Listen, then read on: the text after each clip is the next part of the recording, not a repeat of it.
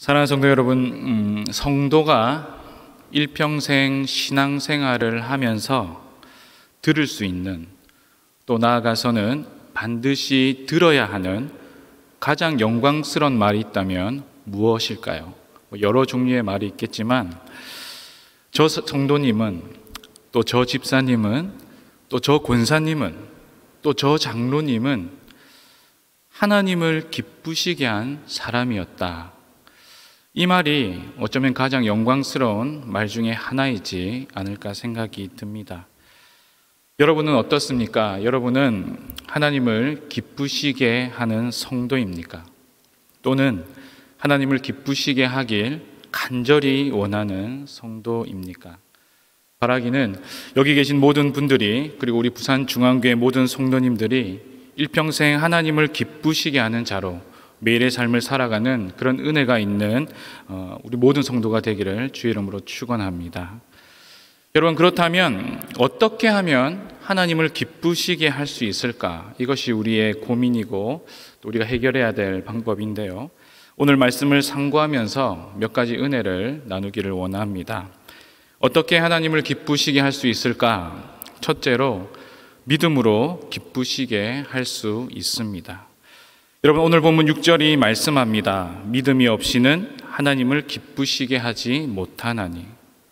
여러분, 오늘 본문의 주인공인 에녹은 믿음이 있었고 그 믿음으로 하나님을 기쁘시게 한 자라고 평가받고 있습니다. 선 여러분, 제가 다시 여러분께 묻겠습니다.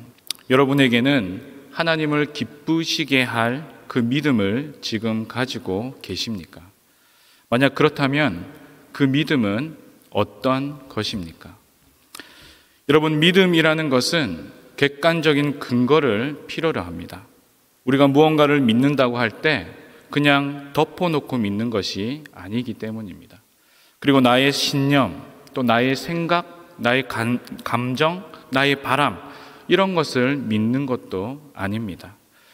우리의 믿음의 시작, 또한 우리의 믿음의 근거, 믿음의 출발은 항상 하나님의 말씀입니다. 로마서 10장 17절이 이렇게 말씀하는데요. 우리 함께 읽겠습니다. 시작.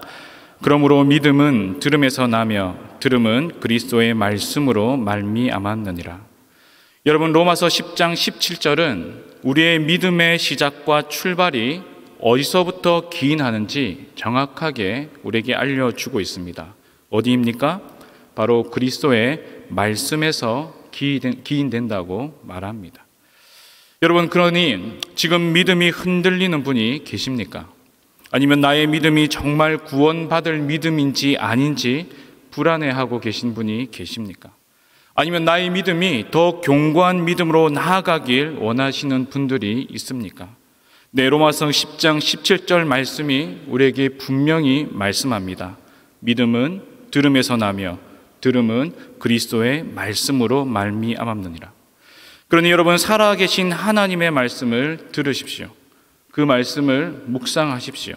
좌로나 우로나 치우치지 말고 그 말씀을 주야로 가까이 하십시오.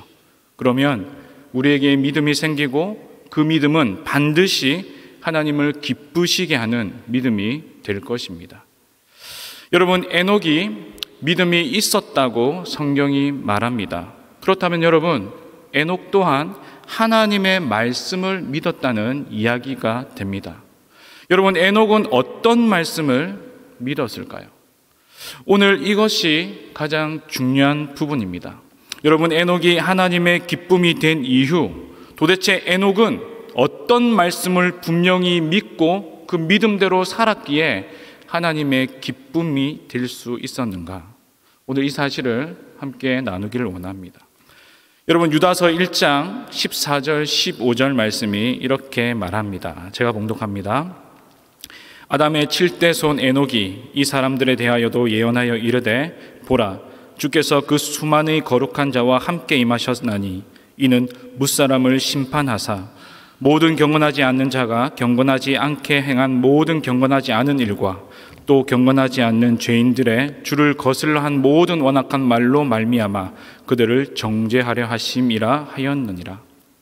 여러분, 오늘 이 말씀을 보니까요, 에녹이 예언을 했다고 말합니다.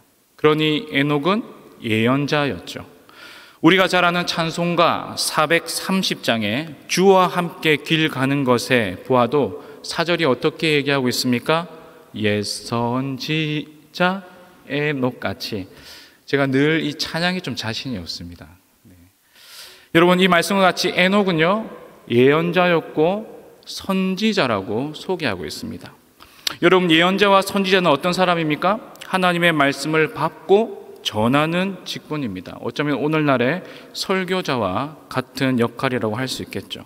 그런데 오늘 에녹이 이 말씀을 받았는데 어떤 말씀인가? 바로 하나님이 임하셔서 뭇 사람들에게 진노와 심판을 쏟아 붓는다라는 말씀을 받았다고 말합니다.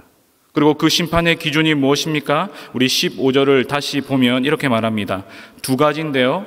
하나는 모든 경건하지 않은 일과 또 하나는 주를 거슬러 한 모든 완악한 말에 대해서 하나님은 반드시 정죄하고 심판하신다는 말씀입니다. 사랑하는 여러분, 사람들이요 마음에 있는 것을 입으로 말합니다. 그래서 말은 그 사람의 인격을 나타낸다고 합니다. 그러므로 그 시대가 얼마나 부패하고 얼마나 타락했는가, 또 그 공동체가 얼마나 부패하고 타락하고 건조한가, 이것들은 그 일의 행위들을 보면 알 수도 있고 또한 그 사람들이 사용하는 언어를 보면 그 부패성을 가늠해 볼 수 있습니다. 어느 시대나 타락이 있었고 또 어느 시대나 부패가 있어 왔지만 우리가 아는 것처럼 이 시대는 점점 더 그 부패와 타락이 극에 치닫고 있습니다. 어제 오늘 일이 아닌 것이죠. 정치계, 경제계, 교육계, 그리고 종교계, 여러분, 이 사회의 사건 사고를 보면 어찌 이런 일이 일어날 수 있을까? 이렇게 황당한 것들이 너무 많이 있어요. 끔찍한 것이 너무 많이 있습니다. 어떤 것이 있습니까? 영아 살해, 자녀 살해, 성폭력, 몰래카메라, 이런 것들이 이제 비일비재합니다. 우리는 참으로 어두운 시대를 지금 살아가고 있는 것이죠. 이러한 시대에 에녹에게 하나님은 어떤 말씀을 주셨는가? 바로 하나님은 심판의 메시지를 주셨습니다. 여러분, 설교자가요 자신도 믿지 않는 말씀을 전한다면 그 말씀은 정말 무력할 것입니다. 그런데 오늘 에녹은 하나님께로부터 말씀을 받았고 그 말씀을 믿었고 그 말씀을 확신했고 그 말씀을 힘있게 세상을 향하여 그리고 무사람을 향하여 증거하고 선포했습니다. 무엇을요? 이 땅에 하나님의 심판이 반드시 있다는 것을 전했습니다. 성도 여러분, 이후에 에녹은 과연 어떠한 삶을 살았을까? 일 후에 에녹은 하나님과 동행하는 삶을 살기로 결단했습니다.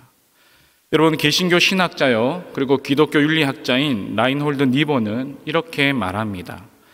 현대인들이 심각한 부도덕에 빠지는 이유는 현대인들이 하나님의 심판을 믿지 않기 때문이다. 여러분, 만일 하나님의 진노와 심판이 우리에게 찾아온다면, 정말 우리가 이것을 믿는다면 지금 우리가 해야 하는 가장 우선적이고 가장 시급한 일은 바로 저마다 자신의 심령과 그리고 그 삶을 하나님 앞에 새롭게 하는 것.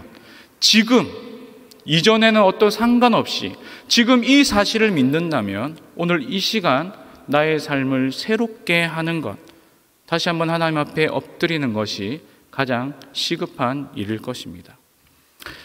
여러분, 창세기 5장 21절부터 22절을 보니까 이렇게 말씀합니다. 에녹은 65세에 무두셀라를 낳았고 무두셀라를 낳은 후 300년을 하나님과 동행하며 자녀들을 낳았으며, 여러분 보십시오. 에녹은 65세에 무두셀라를 낳았고 무두셀라를 낳은 후에 300년을 하나님과 동행하며 자녀를 낳았다고 성경이 증거하고 있습니다. 여러분, 에녹이 어떻게 이 하나님과 300년 동안을 동행하며 그렇게 새로운 삶을 시작하며 결단하며 나아갈 수 있었을까? 이 말씀에 대해서 뉴벨이라는 성경학자가 이런 통찰을 우리에게 제시했습니다. 잘 들어보십시오. 에녹의 아들인 무두셀라의 이름의 뜻은 여러분, 창을 던지는 사람이라는 의미라고 합니다. 당시의 고대 근동에 마을과 마을 사이에 전쟁이 일어나고 전투가 일어날 때 마을마다 참 중요한 사람이 있었는데 그 사람은 어떤 사람인가? 바로 우리를 정복하기 위해 적군이 쳐들어올 때 그 마을 입구를 지키며 창을 던지는 자, 바로 무두셀라라는 자였다고 합니다. 그러므로 적군이 저 창 던지는 사람만 없어진다면 우리가 저 마을을 쉽게 정복할 수 있을 건데, 이러한 생각들을 다 가졌다고 합니다. 사람들에게 이런 관념이 부여되어져 있던 그 이름이 바로 무두셀라였다는 것이죠. 그래서 그 이름에는 어떤 의미가 있는가? 바로 그가 죽으면 심판이 온다라는 의미가 담겨 있다고 합니다. 앞에서 창을 던져서 적을 공격할 뿐 아니라 창을 던짐으로 말미암아 우리를 지키고 보호해 줘야 할 저 사람이 죽으면 우리 마을에, 우리 가정에, 그리고 우리 자신에게 심판과 멸망이 몰아닥친다라는 의미가 이것에 담겨 있었다고 합니다. 여러분, 거룩한 상상력을 한번 동원해 보면서요, 하나님이 오늘날 에녹을 불렀습니다. 에녹아, 네 하나님, 세상이 왜 이렇게 악해졌냐? 예, 하나님, 저도 그렇게 생각합니다. 내가 거룩한 존재라서 공의로운 나의 성품상 내가 이 세상을 심판할 수밖에 없다. 임박한 심판에 대한 사인을 내가 너에게 주고 싶은데 너에게 아들이 태어날 것이니 아들의 이름을 무두셀라라고 지어라. 그가 죽으면 이 땅에 심판이 올 것이다. 그래서 말씀대로 아들이 태어나자마자 이 에녹은 창 던지는 사람, 즉 무두셀라라고 이름을 지었고, 에녹은 그 무두셀라를 바라볼 때마다 반드시 이 말, 그 하나님의 심판과 진노가 있다는 사실을 기억하면서요, 정신을 바짝 차리고 300년간 하나님과 동행했다. 이런 통찰을 우리에게 제시합니다. 성도 여러분, 하나님으로부터 말씀을 받기 전에는요, 하나님과 동행했다는 기록이 에녹의 인생에 없습니다.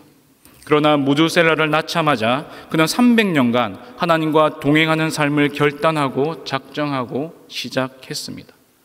말씀을 통해 진리를 깨닫고 엄중한 하나님의 진노와 심판이 이 땅에 쏟아질 것을 깨달은 이후 즉시로 내가 이렇게 살 때가 아니다. 다시 한번 정신을 차리고 하나님과 동행하는 삶을 살아야겠다. 이런 결단을 한 것이죠. 여러분, 진짜 무두셀라가 죽고 나서 심판이 왔을까요? 여러분, 창세기 5장 25절을 보니까요, 이렇게 되어 있습니다. 무두셀라는 187세에 라멕을 낳았다고 말하고 있습니다. 그리고 28, 29절을 보니까요, 라멕은 182세의 아들을 낳고 그 아들의 이름을 노아라고 하였다고 합니다. 그러니까 노아의 아버지는 라멕이고 노아의 할아버지가 무두셀라가 됩니다. 여러분, 잘 생각해 보십시오. 그러므로 노아가 태어날 때 이 무두셀라의 나이가 몇인가 계산을 하면 어떻게 계산합니까? 무두셀라와의 나이와 라멕의 나이를 합치면 되겠죠. 그러니까 187세 더하기 182세는 369세가 됩니다. 노아가 태어날 때 무두셀라의 나이는 369세. 근데 여러분, 홍수 심판이 언제 일어났는가? 창세기 7장 17절을 보니까요, 노아가 600세 되던 때 일어났다고 합니다. 그러니까 그때 무두셀라의 나이는 969세가 됩니다. 그런데 여러분, 창세기 5장 27절 말씀을 보니 뭐라고 말합니까?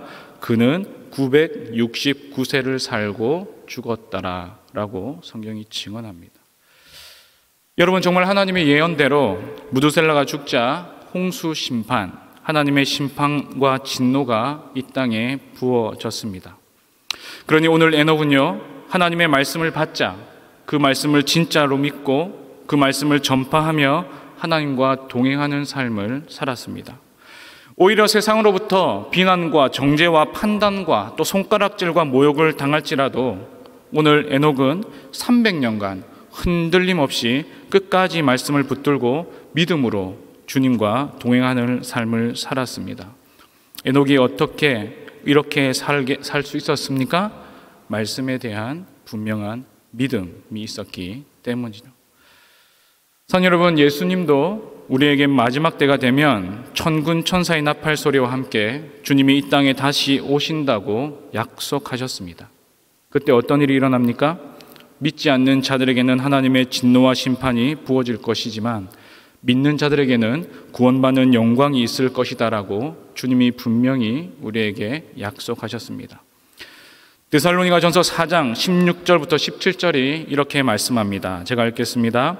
주께서 호령과 천사장의 소리와 하나님의 나팔 소리로 친히 하늘로부터 강림하시리니 그리스도 안에서 죽은 자들이 먼저 일어나고 그 후에 우리 살아남은 자들도 그들과 함께 구름 속으로 끌려 올려 공중에서 주를 영접하게 하시리니 그리하여 우리가 항상 주와 함께 있으리라. 할렐루야. 사랑하는 여러분, 우리 주님은 반드시 이 땅에 다시 오십니다. 주님이 약속하셨습니다. 여러분, 이 사실을 믿으십니까? 그렇다면 여러분, 우리는 어떻게 살아가야 합니까? 오늘 에녹처럼 여러분 이 말씀을 믿고 다시 우리의 삶을 새롭게 해야 할 것입니다. 그리스도의 약속의 말씀으로 말미암은 그 믿음을 우리 가운데 바르게 세우고 이 타락한 세상에 휩쓸리지 않고 정신을 바짝 차려 다시금 주님의 말씀을 따라 주님과 한평생 동행하는 그러한 삶을 살아가야 할 것입니다. 사랑하는 여러분, 흔들리지 마십시오. 여러분, 요동하지 마십시오. 이 세상의 것으로 불안해하지 마십시오. 여러분, 이 세상에 너무 치에 있지도 마십시오. 여러분, 다시 한번 견디고 인내하십시오. 그리고 참고 용납하고 더욱 사랑하기를 결단하십시오. 우리 주님 다시 오실 것입니다. 그때 우리 모든 수고와 아픔을 위로하시고 우리 눈에 흐르는 눈물을 닦아주실 그 주님을 온전히 뵙게 될 것입니다. 여러분, 이것이 우리의 유일한 소망이 되어 온전한 믿음으로 오직 주님만을 기쁘시게 하는 우리 모두가 되기를 주님의 이름으로 축원합니다. 여러분, 둘째로 어떻게 하면 하나님을 기쁘시게 할 수 있을까? 첫째는 믿음이었고 둘째는 동행으로 기쁘시게 할 수 있습니다. 여러분, 동행이 무엇입니까? 동행은 함께 걸어가는 것입니다. 함께 눈빛을 보고 또 보폭을 맞추고 대화하고 함께 걸어가는 것이 동행이죠. 여러분, 동행으로 하나님을 기쁘시게 할 수 있습니다. 여러분, 신앙생활에 있어서 가장 중요한 것이 있다면 그것은 만남일 것입니다. 하나님을 만나야 하고 예수님을 만나야 하고 또 성령님을 만나야 하죠. 하나님을 만나는 것이 우리의 신앙에서 가장 우선되고 중요한 일입니다.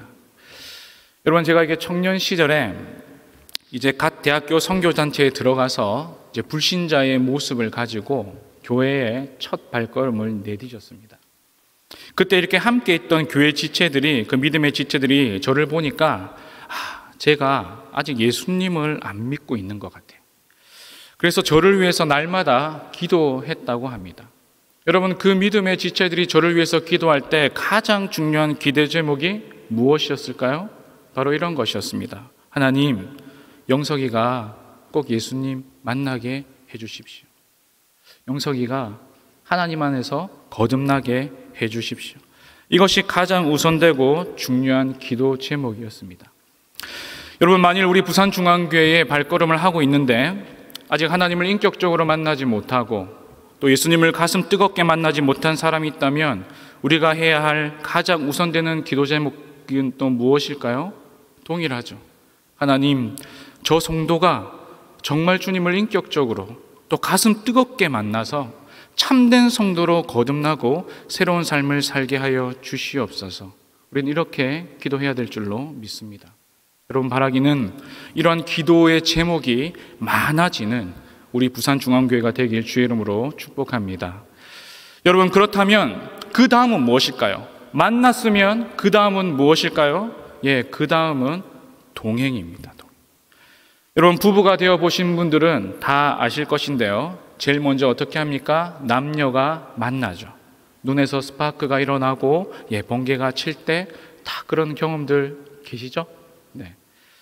그리고 어떻게 합니까? 연애하면서 사랑이 깊어집니다. 그리고 이제 마음의 결심을 쓰죠. 함께 살고 싶다. 그러면 어떻게 합니까? 딴딴따단 하고 결혼식을 올립니다. 그리고 여러분, 그 다음 하는 것이 무엇이냐? 바로 일평생 함께 동행하는 것, 이제 동행으로 들어가게 됩니다. 그래서 만약 어떤 분이 저에게 목사님, 신앙생활은 과연 무엇이냐 이렇게 저한테 질문한다면 딱 한마디로 신앙생활은 하나님과 동행하는 것이다 이렇게 말할 것 같습니다. 그런데 여러분, 이 동행이 그냥 되는 게 아닌 것 같습니다. 여러분, 우리 부부 간에도 함께 동행하는 그 한평생을 삶을 갈 때 갈등이 늘 있지 않습니까? 그런 갈등을 줄이기 위해서 서로 대화하고 얘기하고 조율하지 않습니까? 이것처럼 동행은 그냥 되는 것이 아니라 동행을 위해서 우리에게 필요한 것이 있습니다. 하나님과 동행하기 위해서 필요한 것이 있는데 세 가지 정도를 생각해 봤습니다. 첫째로 뜻의 조화입니다. 여러분, 뜻이 조화되지 않고는 동행하는 것이 불가능합니다. 여러분, 아모스 3장 3절 말씀을 보니 두 사람의 뜻이 같지 않은데 어찌 동행하겠으며. 여러분, 두 사람의 뜻이 같지 않은데 어찌 동행하겠느냐라고 반문하고 있습니다. 많은 부부 사이가 깨어지는 이유도 다 이 뜻의 부조화 때문일 것입니다. 뜻이 다른데 그런데 같이 살고 있다. 그러면 깨어지기 쉬운 것이죠. 여러분, 조화를 이룰 때, 뜻을 같이 할 때 동행이 가능하게 되는 것입니다. 여러분, 우리가 하나님과 동행할 때 가장 문제가 되는 것이 있다면 우리가 하나님의 뜻을 따라 해야 되는지 아니면 하나님이 내 뜻에 맞추어야 하는지 늘 이 긴장과 갈등이 우리의 신앙생활에 있는 것 같습니다. 우리는 당연히 입으로는 어떻게 얘기합니까? 주님의 뜻대로 하겠습니다. 저의 뜻 없습니다. 주님 뜻대로 하겠습니다. 이렇게 입으로 말합니다. 하지만 속으로는, 우리의 내심으로는 어떤 생각이 계속 일어나고 있습니까? 주님이 이번만큼은 내 뜻대로, 내가 원하는 대로 해줬으면 좋겠다. 이런 갈등이 늘 우리 안에 있죠. 죄송합니다. 그것은 주님과 동행하는 모습이 아닙니다. 어떻게 해야 됩니까? 우리가 기도하면서 우리가 가지고 있는 소원이 하나님의 소원으로 바뀔 수 있도록 해야 하는 것이죠. 여러분, 우리의 걱정과 염려는요, 늘 하나님의 뜻대로 하면 내 인생이 힘들어질 거야. 내 인생이 어려워질 거야. 나만 손해보는 것 같아. 그런 것들이 늘 우리의 심령에 이렇게 도사리고 있는 것 같습니다. 하지만 여러분, 염려하지 마십시오. 우리 하나님은요, 좋으신 아버지십니다. 내 뜻을 내려놓고 하나님의 뜻에 참여하고 동참하여 하나님과 마음을 딱 같이 할 때 하나님은 우리를 생명의 길로, 또 구원의 길로, 영생의 길로, 가장 좋고 복된 길로 우리의 삶과 인생을 인도하실 줄로 믿습니다. 여러분, 둘째로 도덕적 조화입니다. 여러분, 부부가요, 취미가 달라도 사는 것 가능합니다. 그리고 좋아하는 음식이 달라도 사는 것 괜찮습니다. 그런데 도덕적 조화를 이루지 못하면 동행이 어렵습니다. 여러분, 에베소서 5장 8절 말씀을 보니 이렇게 말합니다. 너희가 전에는 어둠이더니 이제는 주 안에서 빛이라. 빛의 자녀들처럼 행하라. 여러분, 전에는 어둠이었는데 그러나 이제는 주 안에서 우리를 빛이라고 합니다. 그러니 우리의 삶을 빛의 자녀들처럼 살아가라고 성경은 말씀하고 있습니다. 그런데 남편이 자꾸 어두운 일을 행합니다. 사업장에서 검은 돈에 연루가 되어져 있습니다. 나만 사랑하면서 사랑의 교제를 나누어야 하는데 내가 아닌 다른 여자와 어둠 가운데 있습니다. 여러분, 그것을 용납할 수 있는 아내가 얼마나 되겠습니까? 여러분, 도덕적인 조화를 이루지 못하면 결국에는 끝장이 나고 파괴가 되는 것이죠. 여러분, 우리 하나님은 어떤 하나님이십니까? 우리 하나님은요, 거룩하신 하나님이십니다. 빛과 어둠이 공존할 수 없듯이 죄가 있는 곳에는 하나님과 교제가 단절되고 끊어집니다. 여러분, 하나님과 동행하길 원하십니까? 그러면 죄를 끊으셔야 합니다. 마음으로 짓는 모든 죄, 표면상으로 외형상으로는 아무도 죄를 짓지 않는 것처럼 보이지만 우리가 알고 하나님이 알고 있는 나의 죄, 나의 은밀한 죄를 분명히 끊으셔야 합니다. 죄를 내려놓고 여러분의 심령을 거룩하고 깨끗하고 그리고 정결하게 해서 하나님 앞에 나아가 주님과 동행을 시작해야 하는 것이죠. 그래야 주님이 여러분들에게 예비하신 그 풍성한 은혜와 복을 맛보고 그 은혜를 누릴 수 있게 됩니다. 여러분, 마지막으로 동행을 위해서는 영적 교통이 있어야 합니다. 여러분, 고린도전서 1장 9절을 보니 이렇게 말씀합니다. 너희를 불러 그의 아들 예수 그리스도 우리 주와 더불어 교제하게 하시는 하나님은 미쁘시도다. 여러분, 하나님이 우리를 부르신 이유가 뭐라고 얘기하고 있습니까? 더불어 사귀기 위함이라고 말씀합니다.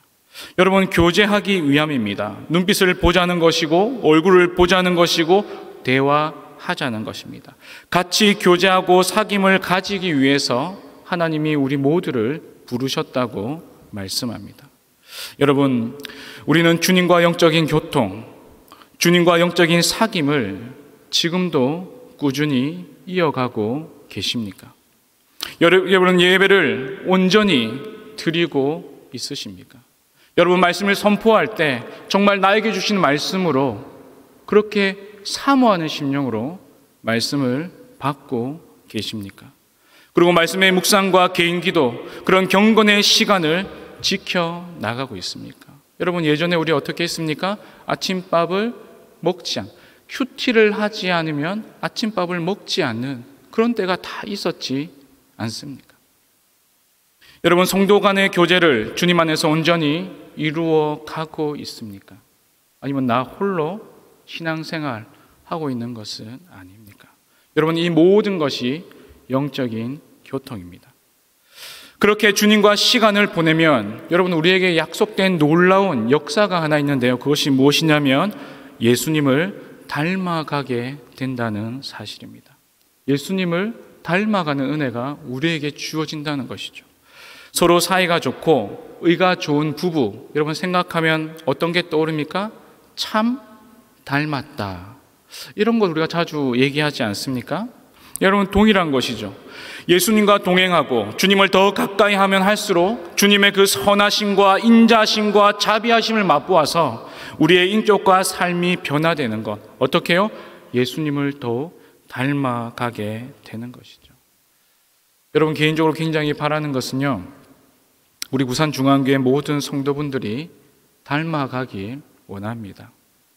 여러분, 세상이 볼 때는 뭐가 중요하냐? 예, 잘생긴 사람 많은 것, 예쁜 사람 많은 것, 각자 개인이 특징이 뚜렷하고 그런 것들 좋다고 이야기합니다. 그런데 교회는 아닌 것 같아요. 교회는 서로가 닮아야 됩니다. 어떻게 닮아야 됩니까? 예수를 닮은 것처럼 서로가 닮아야 됩니다. 예수님이 어떤 것을 닮아야 됩니까? 서로 사랑하기를 닮아야 되고, 서로 섬기기를 닮아야 되고, 서로 봉사하기를 닮아야 되고, 서로를 내어놓는 삶을 닮아야 하는 것이죠. 진실로 우리 모두가 예수님을 닮아가기에 우리 부산중앙교회 성도들의 얼굴에서 이러한 닮음의 은혜가 가득하길 주님의 이름으로 축복합니다. 여러분, 말씀을 마무리합니다. 산 여러분, 오늘 하나님이 에녹을 데리고 가셨습니다. 그런데 에녹은요, 천국에 옮겨져서 하나님을 기쁘시게 한 것이 아니었습니다. 여러분, 오늘 본문 5절 하반절을 보십시오. 이렇게 말합니다. 그는 옮겨지기 전에 하나님을 기쁘시게 하는 자라 하는 증거를 받았느니라. 여러분, 에녹은 본인이 살았던 이 땅에서 삶의 한가운데서 하나님을 기쁘시게 한 자였습니다. 여러분, 복음을 전하다 보면, 전도하다 보면 이렇게 말하는 사람들을 만나게 됩니다. 내가 예수를 믿긴 믿을 것인데 지금은 좀 인생을 즐기다가 마지막에 예수 믿고 천국 가겠다. 여러분, 이렇게 스릴 있게 인생 사시는 분들이 있는데요. 그런데 여러분, 그거 마음대로 되는 것이 아닙니다. 지금 이 시간, 지금 이곳에서 내가 믿음으로 살지 않는다면 믿음으로 죽는 것은 불가능하기 때문입니다. 여러분, 우리의 마지막이 정말 주님을 영광스럽게 대하며 그 천국의 잔치에 참여하여 영생의 복락을 누리는 그 아름다운 인생을 살기 위해서는요, 지금 이 땅에서, 지금 이 시간에 내가 믿음으로 살아갈 때 믿음으로 죽을 수 있게 되는 것입니다. 여러분, 죽음에 대한 하나님의 계획은 사람마다 다 차이가 있습니다. 오늘 에녹은 기적적으로 하나님이 옮기셔서 천국에 갔습니다. 그런데 믿음의 제사를 드린 아벨은 어떻게 되었습니까? 비극적인 돌발 사고로 죽음을 맞이했습니다. 그리고 노아는요, 그 연수가 다하여 노안으로 죽음을 맞이하게 되었습니다. 이처럼 사람마다 하나님이 작정하신 그 운명은 다 다른 것입니다. 하지만 오늘 우리에게 중요한 것이 있다면요, 아벨처럼, 에녹처럼, 노아처럼 죽음의 모습은 다 다를지라도 여러분, 이 땅에서 믿음으로 하나님과 동행하며 주님을 기쁘시게 하는 삶을 살아야 한다는 것은 동일한 것입니다. 사랑하는 여러분, 주님이 우리 인생의 마지막 때에 우리 모두를 동일하게 부르실 것입니다. 어떻게 해요? 에녹아, 이제 가자. 사랑하는 아들아, 사랑하는 딸아, 이제 가자. 여러분, 그러할 때 주님의 손을 부여잡고 하나님 나라에 들어가서 주님이 예비하신 그 영생의 복락을 만끽하고 누리는 성도, 이것을 소망하며 이 땅에서 흔들림 없는 믿음으로, 또한 그 무엇보다 먼저 주님과 동행하는 삶을, 그러한 새로운 인생을 시작하고 결단하는 그런 믿음의 사람들이 우리 모두가 되길 주님의 이름으로 축원합니다.